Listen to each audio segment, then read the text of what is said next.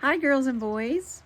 This story is The Wump World, written and illustrated by Bill Pete. I hope you enjoy it. The Wump World was a small world, very much smaller than our world. There were no great oceans, lofty mountains, giant forests, or broad sandy deserts. The Wump World was mostly grassy meadows and clumps of leafy green trees with a few winding rivers and lakes. But it was perfect for the Wumps, who were the only creatures living there.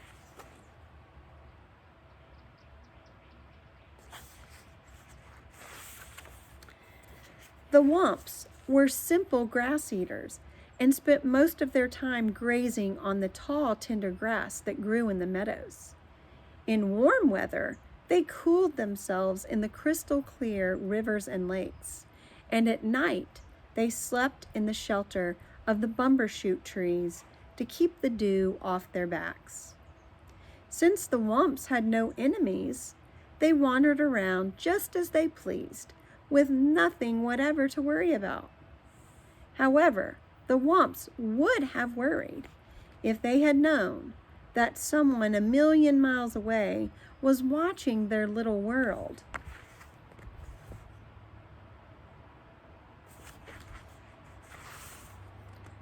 One morning, the Wumps were awakened by a far-off humming sound. It seemed to be coming from somewhere above, and as the humming grew into a heavy roar, the sleepy-eyed Wumps crept through the trees for a peek at the sky. Zooming straight for their earth came a great flock of pot-bellied monsters with tails and fins, spitting fire and shooting out streaks of black smoke.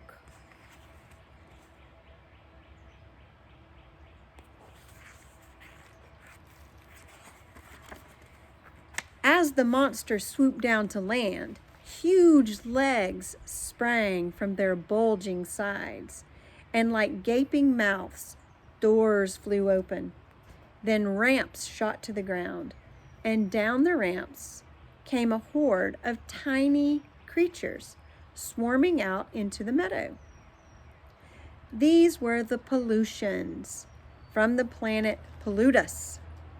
They had left their worn-out old planet to start a new life in a new world. After such a long journey, the pollutions were overjoyed to find themselves on solid ground once more.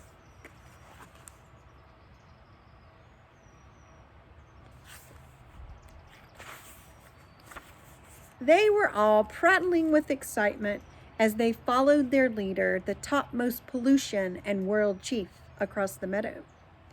At the top of a hill, the chief stopped for a long look at the surrounding countryside. Finally, he said, "Looks good. We'll take it. Plant the flag, Sergeant, and let's get things going."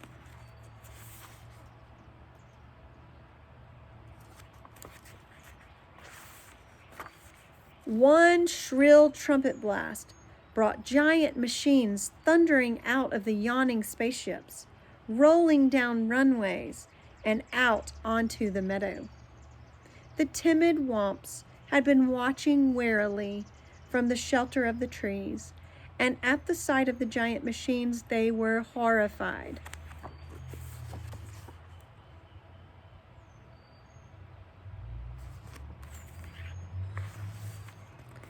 "Wump! Wump!"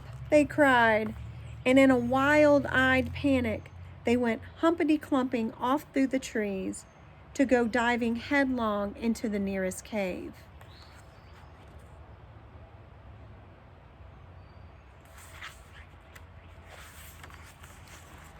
Then down they tumbled, head over heels, through a twisting tunnel to end up huddled together in dark caverns while the earth-shaking machines rumbled and roared high above.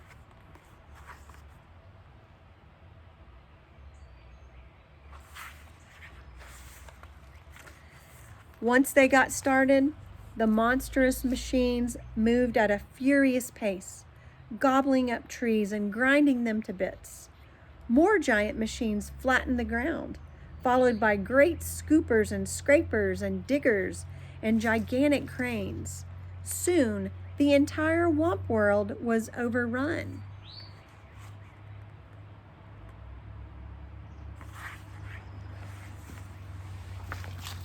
The busy little pollutions kept their mighty machines going full blast, day and night, without let up, in a frenzy to improve their wonderful new world. Suddenly, great cities sprang up, huge factory buildings with towering smokestacks, high-rise apartment buildings, and tall office buildings, and above them all loomed the 100-story skyscrapers.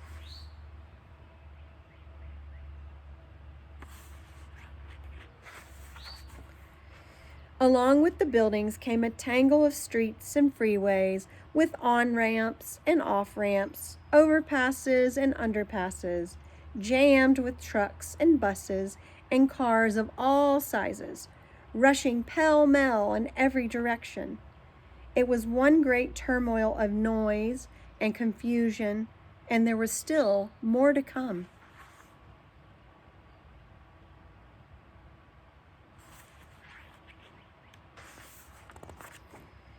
Meanwhile, the poor Wumps remained underground, wandering aimlessly through the caverns, feeding on the fuzzy green moss growing on the ledges and the mushrooms clustered in the crannies, and sipping the sweet water from pools fed by underground springs.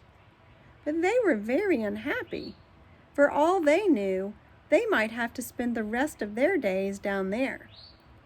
The Wumps didn't dare venture up to the surface, not even for a peek. They were much too frightened by the endless rumblings and roarings and loud screechings coming from above. And it was growing noisier by the day.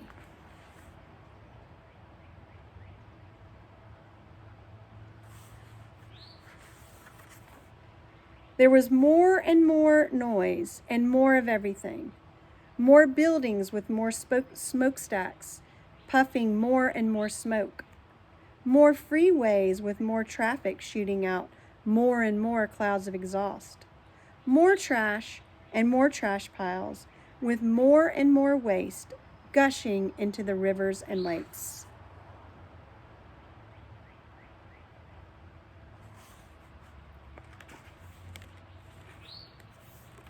Pretty soon, the cities were so clouded by the factory smoke and the fumes from the freeways, the pollutions could barely breathe.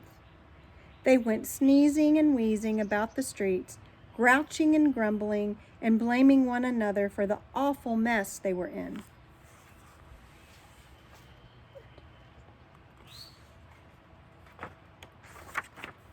One day, an angry crowd gathered outside the World Tower building, demanding to see the world chief. When the chief appeared on his balcony, all the pollutions began shouting at once. "We can't breathe the air, we can't drink the water, and we can't stand the noise. We've had enough." Achoo, sneezed the chief. "I know just how you feel, and something will be done at once, I promise."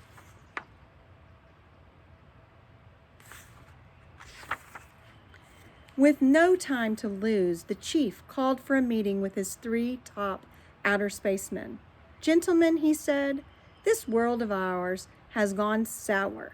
We've got to get out of here quick. But first we must find a new world, a better one. That's your job, men, so get going." "Righto, Chief," barked the men, and within 15 minutes they were at the spaceport aboard their spaceships. Then zaroosh, zaroosh, the men took off in 3 directions, and in seconds, they were zooming about in outer space at 7,000 miles an hour.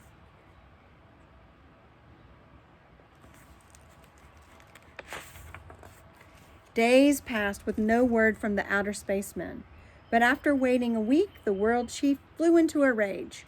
"Blast it all," he bellowed. "What's keeping those blithering bubbleheads?" Then one Monday morning, out of the dark, smudgy sky, swooshed one of the spaceships. As the ship touched down, the man hopped out shouting, "I've done it! I've done it! I've found a new world, a bigger and better world."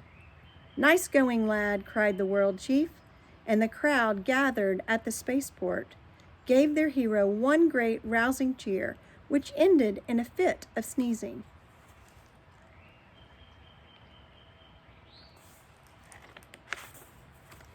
In no time, the great news was sent flashing around the world over radio and TV, warning all pollutions to be packed and ready to go within 24 hours. At dawn the next day, the entire population swarmed into the Space Center and crowded aboard the giant spaceships.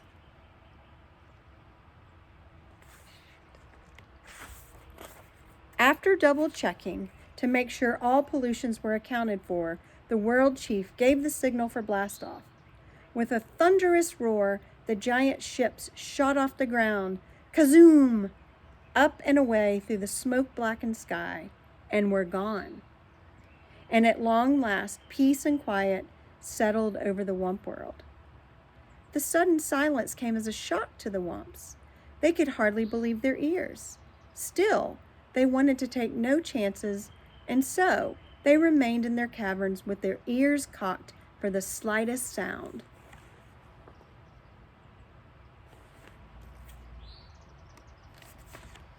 After a long silence, they decided it was time to go, and led by the biggest Wump, they crept up the tunnel to the cave entrance to find it covered by a crust of cement.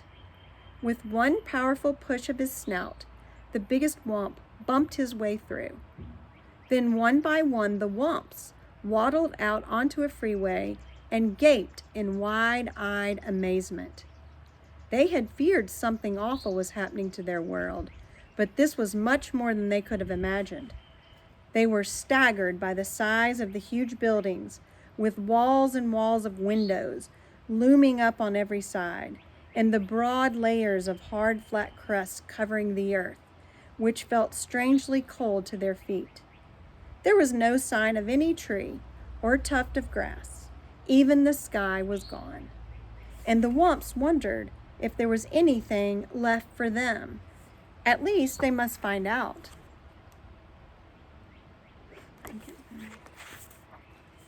They wandered the freeway for miles, only to find more and more buildings with endless heaps of wreckage and rubble. For all they could see, their world was completely ruined.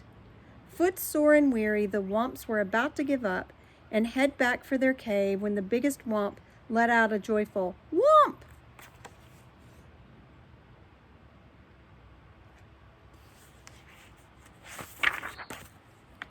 Just ahead of them was a grassy meadow with a clump of bumbershoot trees, all that was left of their lovely world. Wumping for joy, the Wumps went bounding off the freeway out onto the meadow. Pretty soon the hungry Wumps were munching away on the tall, tender grass. Now there was new hope for the Wumps.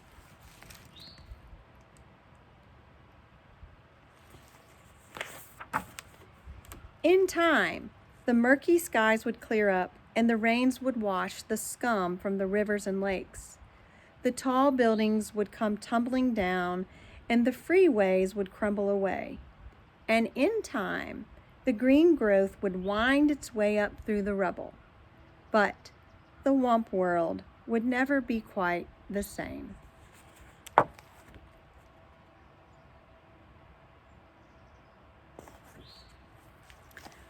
What do you think is Bill Pete's message to us in this story?